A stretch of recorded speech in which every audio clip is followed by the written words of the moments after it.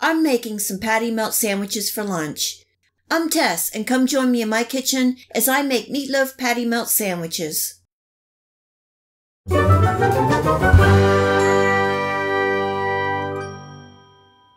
Last night I made meatloaf and stuffed it with some hard-boiled eggs. I used my Copycat Cracker Barrel meatloaf recipe, and if you want to see that video recipe, I'll leave a link here and below this video. For today's lunch, I thought I would make some leftover meatloaf patty melt sandwiches. I'm using a whole grain bread, and I found that coating the outside with mayonnaise helps in getting a more even toasting versus using butter. You just want to spread the mayonnaise evenly and out to the edges. I'm using a non-stick skillet and adding a dab of butter, and this is more for flavor.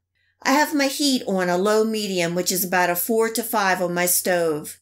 I'm putting the mayonnaise side down, and it's time to build the sandwich.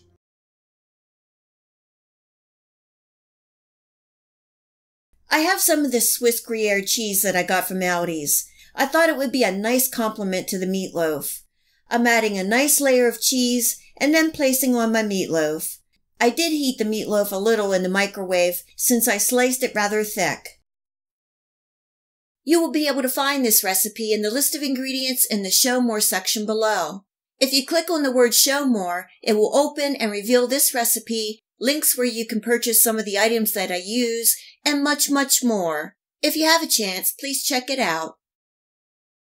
Here I am spooning on some Slawsa, which is a cabbage mustard relish type condiment. I usually put it on hamburgers and hot dogs, but I thought it would be great with this meatloaf melt.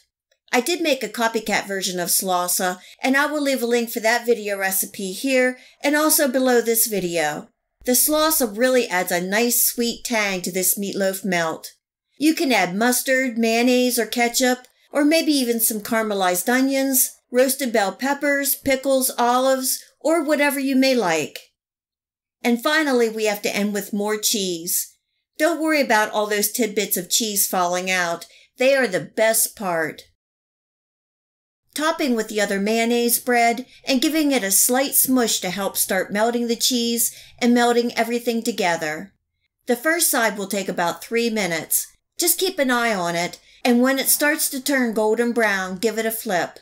You may need to adjust your heat lower for the second side, and it will take another 2 to 3 minutes. Once the patty melt is toasted and the cheese is all melted, it's ready to eat. This is a delicious sandwich to make with that leftover meatloaf. Great for the next day or even as a midnight snack. Oh, and don't forget about those cheese tidbits from the pan. They are nice and crisp just like a chip. Thanks for joining me in my kitchen as I made our leftover meatloaf patty melts. They were delicious.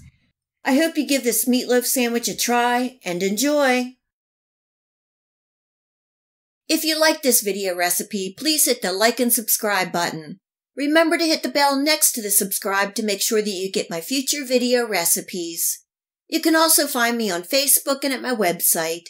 Feel free to share this recipe and my channel with your friends and family. And until next time, much love!